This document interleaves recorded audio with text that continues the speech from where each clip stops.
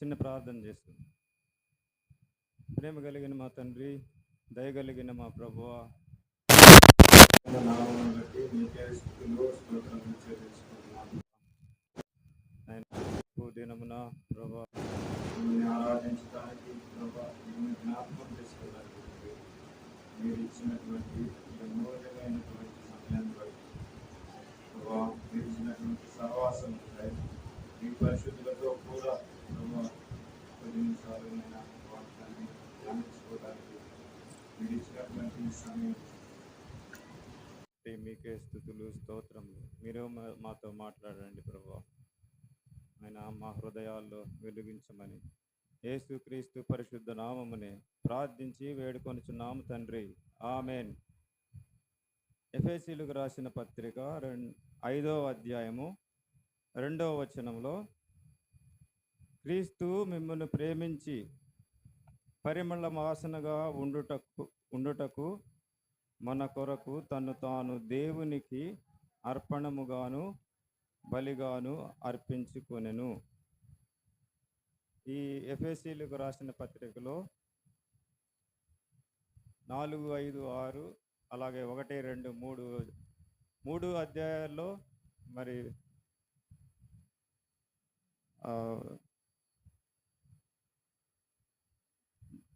ఎలాంటి బోధ యేసు ప్రభువుని బట్టి అన్ని పాపాల గురించి డాక్ట్రిన్ బోధలను గురించి మాట్లాడుతూ వచ్చి 4, 5, 6లో మరి మన యొక్క అనుదిన జీవితంలో అనుసరించాల్సినటువంటి మరి అవి అనుసరణాత్మకమైనటువంటి పాఠాలు ఇవి 4, 5, 6లో ఉన్నాయి.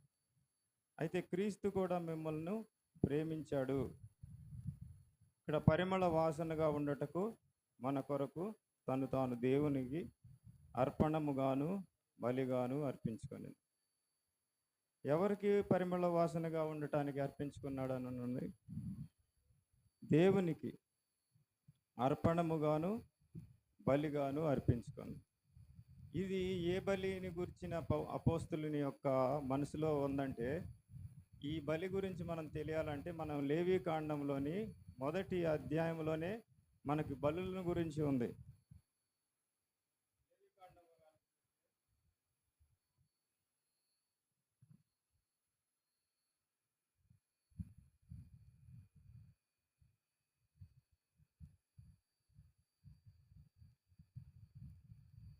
మొట్టమొదటి బలి ఏ బలి ఉందంటే దహన బలి.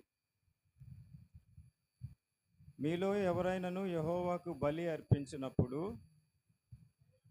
గోవుల మందలో నుండి కానీ, గొర్రెల మందలో నుండి కానీ, మేకల మందలో నుండి కానీ దానిని తీసుకురావాలి. అతడు దహన బలి రూపముగా అర్పించినది అని ఉంది. అది నిర్దోషమైనది, మగదానిని తీసుకురావాలి. ఈ దహన బలిని గురించినటువంటి విధానం ఈ అధ్యాయంలో ఉంది. అలాగే 2వ అధ్యాయంలో నైవేద్యమును గురించి ఉంది. అలాగే 3వ అధ్యాయంలో ఏముందంటే సమాధాన బలి గురించి ఉంది. 4వ అధ్యాయంలో పాప పరిహారార్థ బలి అని ఉంది. అలాగే ఇంకా చివరి బలి ఏముంటుందంటే అపరాధ పరిహారార్థ బలి. మొత్తం ఎన్ని బలులు ఉన్నాయి ఇక్కడ? 1 దహన బలి, 2వది నైవేద్యము, 3వది సమాధాన బలి, పాప పరిహారార్థ బలి, అపరాధ పరిహారార్థ బలి అని ఉంటుంది. ఇది దేవుని క్రమమును గురించి చెప్తుంది. దేవుని క్రమము అంటే మొట్టమొదటగా పరిశుద్ధాత్ముడు రాయించినటువంటిది దహన బలితో ప్రారంభించబడి చివరి బలి ఏదంటే అపరాధ పరిహారార్థ బలి. అదే మానవుని క్రమము చూస్తే చివరి నుంచి ఉంటుంది. మనము మరి ఒక పాపాన్ని గూర్చినటువంటి పాప భీతి కలిగినప్పుడు అతడు మొదట ఏమని అనుకుంటాడంటే, హృదయంలో కలిగే బాధ ఏంటంటే, నేను పాపిని, నాకు పాప క్షమాపణ అవసరం. కాబట్టి దేవుణ్ణి అనుసరించే క్రమం అపరాధ పరిహారార్థ బలి నుంచి స్టార్ట్ అయ్యింది. అయితే ఇక్కడ లేవి కాండంలో అపరాధ కాదు, దహన బలి నుంచి స్టార్ట్ అయింది.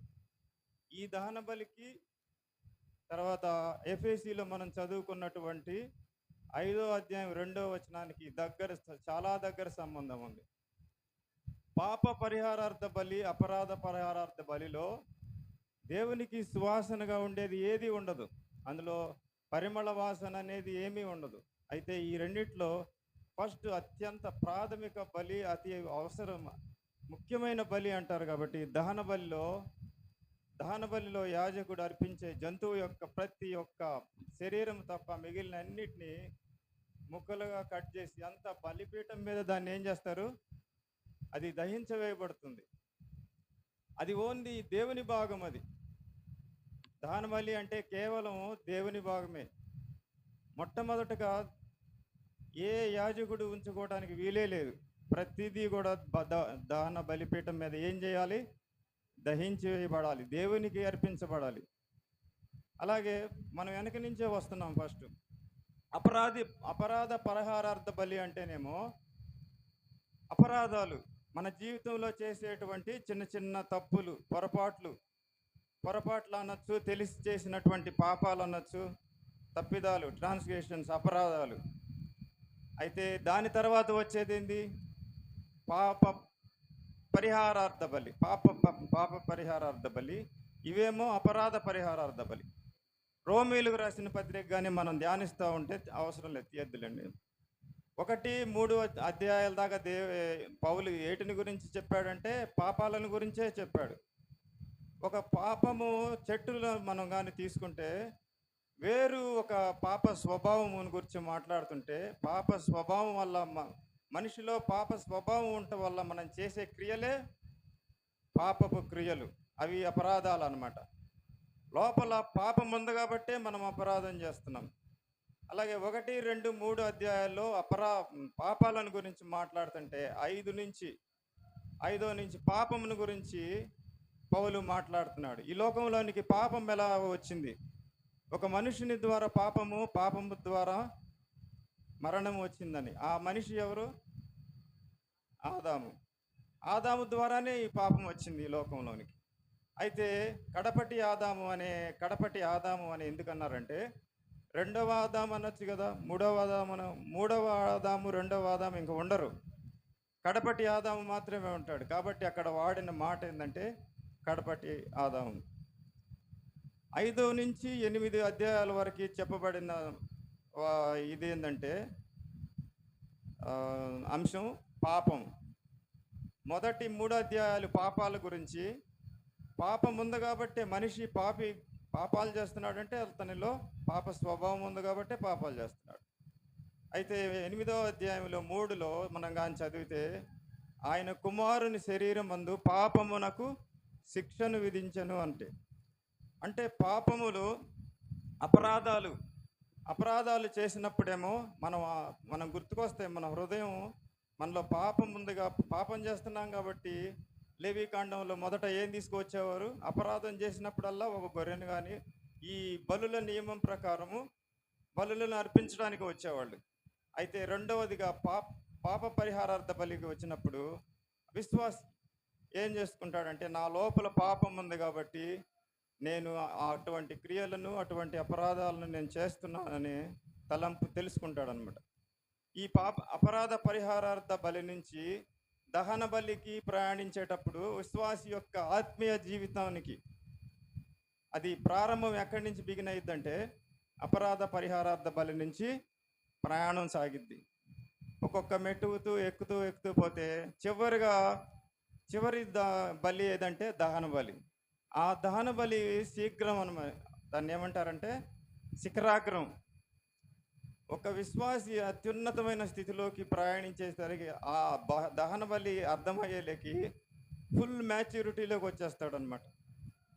అంటే క్రీస్తు రూపంలోనికి మార్చేటువంటి రూపంలోకి ఎప్పుడైతే విశ్వాసి చేరుకుంటాడో అదే దహన బలి. అందుకనే పరిశుద్ధాత్మ దేవుడు లేవీకాండములో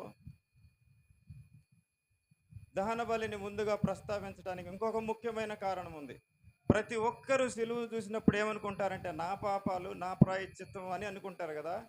కానీ దేవునికి సంతోషపెట్టేది, దేవుడికి రక్షణ కార్యం కంటే కూడా యేసు ప్రభు దేవుని చిత్తాన్ని, హృదయాన్ని ఎంత సంతోషపరిచాడో అది తెలియజేసేదే దహన బలి. ఈ భూలోకంలో ఆయన జీవించిందంతా తండ్రి కోసమే జీవించాడు. కాబట్టి ఈ దహన బలి అనేది ఏమో దేవుని చిత్తాన్ని, దేవుని హృదయానికి సంతోషాన్ని తీసుకొచ్చేది. ఈ మానవులకు ఇది కనపడదనమాట. మనకు కనపడేది మన పాపాలు, మన అవసరాలే. నేను పాపం చేశాను కాబట్టి నాకు రక్షణ కావాలి. అలాగే మనము దహన బలిని గురించి ఎప్పుడైనా ధ్యానించి అసలు ఆ కోణంలోనే ఆలోచించమనమాట. దేవుని క్రమంలో కానీ చేసుకుంటూ వస్తే దేవునికి కావాల్సింది ఏంటంటే దేవుని హృదయానికి సంతోషం కలిగించే విషయాలు. అలాగే కింద నుంచి మనం ధ్యానించుకుంటూ వస్తేనేమో మానవుని యొక్క పాప పరిహారార్థాలు, అపరాధాలు, పాప పరిహారము, తర్వాత సమాధానం. ఇవి రెండు ఎప్పుడైతే క్లియర్ అయిపోతాయో దేవునితో, మరి యేసు ప్రభు ద్వారా మనకు కలిగింది ఏంటంటే సమాధానం. మొట్టమొదటిగా అపరాధాలు, పాపంలో కాబట్టి పాపాలు చేస్తున్నాం. తర్వాత మన కోసం దేవుడు శిలువ మీద ప్రాయశ్చిత్త కార్యం, మనకు బదులు మనకు రావాల్సిన శిక్షను ఆయన అనుభవించాడు. కాబట్టి దేవుడితోటి మనకి సమాధానం కలిగింది. కాబట్టి సమాధానం కలిగిన తర్వాత దేవుని సన్నిధిలోనికి మనం ప్రవేశించగలుగుతున్నాము. దేవుని సన్నిధిలో మనం పరిశుద్ధులుగా తీర్చబడుతున్నాం. ఈ రెండు బలుల్లో సువాసన, పరిమళ వాసన అనేది ఏముండదు. అది అంతా బూడొచ్చేసి అంత అవతల పడిపోతుంది కదా. పాప పరిహారానికి దేవునికి ఇష్టం లేనిది.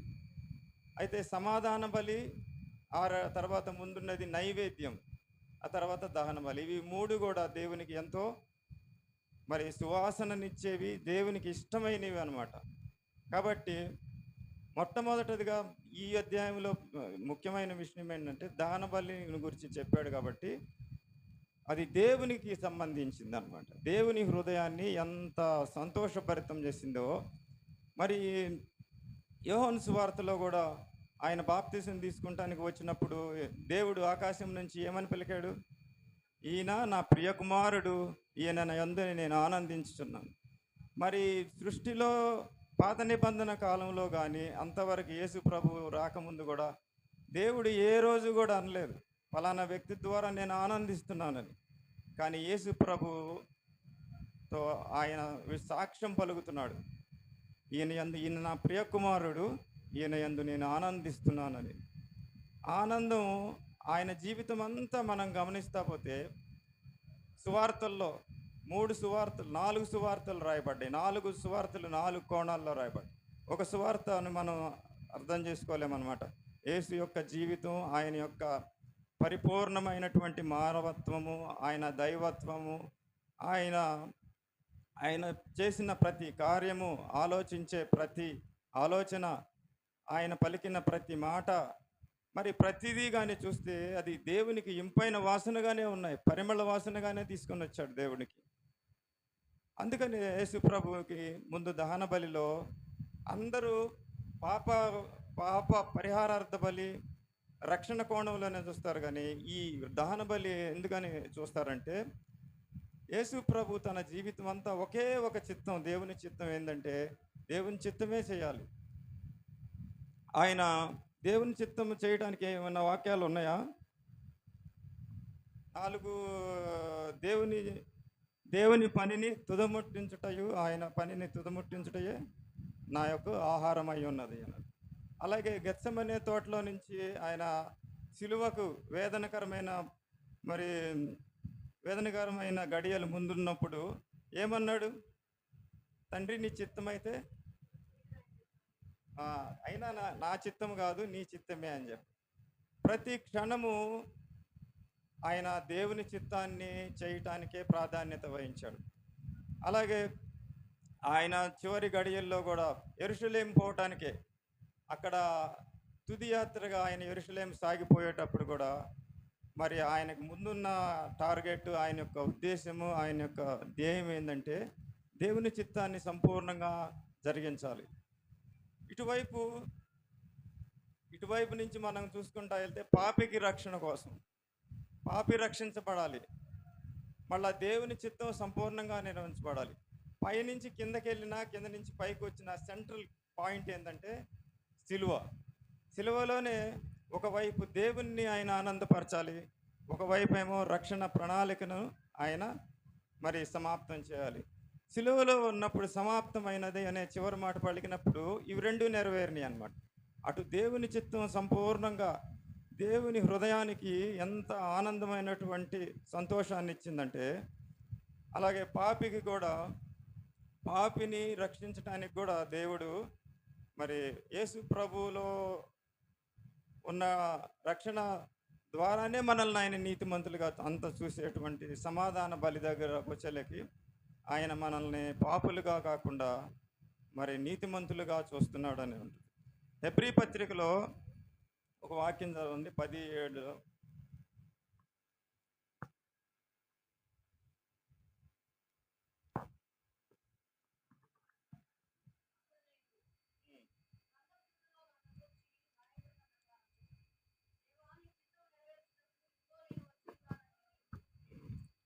ఇది 46వ కీర్తనలో ఉంది కదా.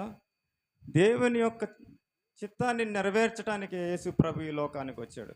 అది దేవుని యొక్క మనుషుల యొక్క రక్షణ కంటే కూడా దేవుని యొక్క చిత్తం ప్రాధాన్యతమైనదని మనం తెలుసుకోవాలి.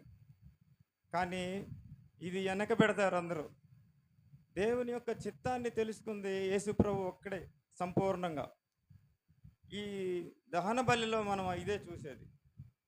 ఆయన చిత్తాన్ని నెరవేర్చడానికి యేసు ప్రభు ఈ లోకానికి వచ్చాడు అనేది.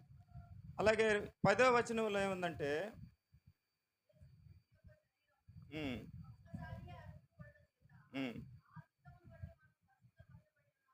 అక్కడ చిత్తము అనే ఉంది కదా, అక్కడ కంప్లీట్గా కాకుండా విడిగా రాయాలి. ఆ చిత్తము దేవుని చిత్తమును బట్టి, దేవుని చిత్తం ఏంది? ఒక అర్పణ అర్పించాలి.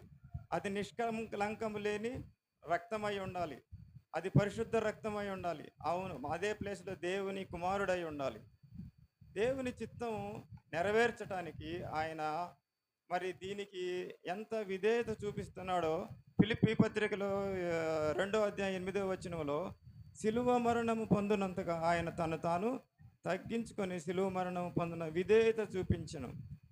ఈ విధేయత దేవునికి ఎంత సంతోషాన్ని ఇచ్చిందంటే, దేవుడు ఎప్పుడు సంతోషపడనటువంటిగా సంతోషాన్ని ఇచ్చిందంట దేవుని యొక్క విధేయత.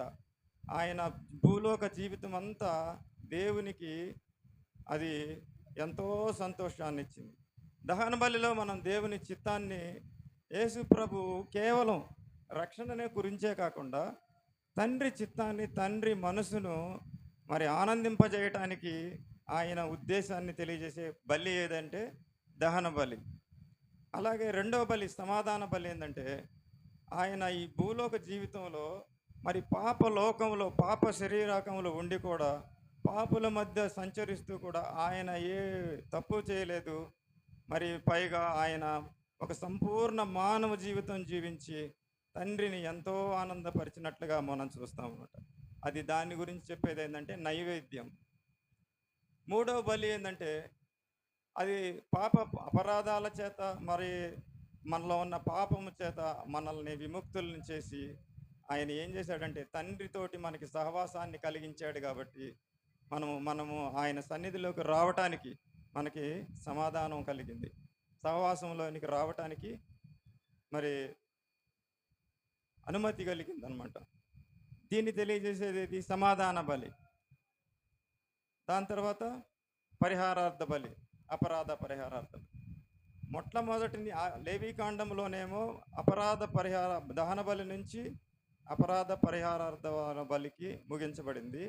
అయితే మానవుని క్రమమైన మానవుడు దేవుణ్ణి చేరాలంటే అనుసరించాల్సింది ఏంటంటే కింద నుంచి పైకి వెళ్ళాలి. మన జీవితాలు కూడా దహన బలికి మరి అలాగా సిద్ధంగా ఉన్నాయా అంటే దీని వాక్యంలో ఏం చెప్తున్నాడంటే, మొదట క్రైస్తవులు అనేవాళ్ళు ప్రేమ కలిగిన చివరిలో ఉంటుంది. మనము దేవుడు కూడా మనల్ని, క్రీస్తు కూడా ఏం చేశాడంట, మనల్ని ప్రేమించి పరిమళ వాసనగా ఉండటకు మన కొరకు తను తాను దేవునికి అర్పణగాను బలిగాను అర్పించుకుని. అర్పణ అనేది దహన బలి, బలిగా అంటే పాప పరిహారాలు. ఈ రెండు కూడా ఇందులో కలిగి ఉన్నాయి. ఈ రెండింటిని దేవుణ్ణి సంతోషపరిచాడు కాబట్టి అది దేవుని యేసు ప్రభు జీవితం ద్వారా దేవునికి ఎటువంటి వాసన వచ్చిందంటే పరిమళ వాసన వచ్చింది. అదే రోమీలకు రాసిన పత్రికలో విశ్వాస విషయంలో చెప్పేది ఏంటంటే ఏమంటున్నాడు? మీకు మీరే 12వ అధ్యాయంలో ఏముంది?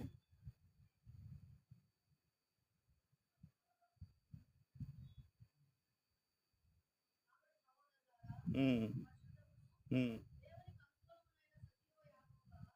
ఇక్కడ కూడా సేమ్ వర్డ్స్ ఉన్నాయి. ఈ 3 అధ్యాయాల్లో ఎఫెసీ పత్రికలో కానీ, ఈ దహన బలి దాంట్లో కానీ, ఈ రోమీలకు రాసిన 12 అధ్యాయంలో కానీ వాడబడిన మాటలు ఒకటే. మనము అర్పించాల్సిన సజీవ యాగం. యాగము యేసుప్రభు చనిపోయాడు, జంతువు బలులు అర్పించబడ్డాయి. అయితే మన యేసుప్రభు కూడా యాగం చనిపోయాడు, సాక్రిఫైస్. ఇప్పుడు విశ్వాసులు చనిపో అవసరం లేదు. ఇప్పుడు మనం చేయాల్సింది ఏంటంటే, ఆయన పరిమళ వాసనగా ఉండటానికి మనం చేయాల్సింది ఏంటంటే, సజీవ యాగముగా మీ శరీరములు ఆయన సమర్పించుకొనటమే దేవుని చిత్తం. ఇది దహన బలితో సమానం అయిందనమాట. ఇది ఎట్లా మనం అర్పించుకుంటాం? ఆలోచించండి, ఎలాగ అర్పించుకోవచ్చు? మన శరీరములు దేవుడు ప్రాణాలు కోరటలా. ఇప్పుడైతే మనకి స్తుతియాగం చేయటానికి నోరు చాలు, ఆ మంచి ఆలోచనలు చేయటానికి ఆలోచనలు మనం దీంతో చేస్తాం. మంచి చూపు, మంచి ఆలోచనలు, మన నడవడిక, మరి మనం స్తుతించడానికి ఉన్న మనకి ఇవన్నీ ఉన్నాయి దేవుడు. ఇప్పుడు స్తుతియాగం దేంతో అంటే మనం చేయాల్సిందంతా కృతజ్ఞత కలిగి ఉండాలి. దేవుడు మన పట్ల పాపులమైనటువంటి మనల్ని ఏ విధంగా తీసుకొని వచ్చాడు? మరి దేవుని ఉద్దేశం ఏంది? మనం ఒకే స్థితిలో ఉండాలా, లేకపోతే దహన బలి లాంటి దేవునికి సువాసన కలిగిన జీవితాలు కలిగి ఉండాలా? ఇది మనం ఆలోచించాలన్నమాట. దేవుడు మనల్ని రక్షించుకుంది ఒకటే స్థితిలో ఉండటానికి కాదు.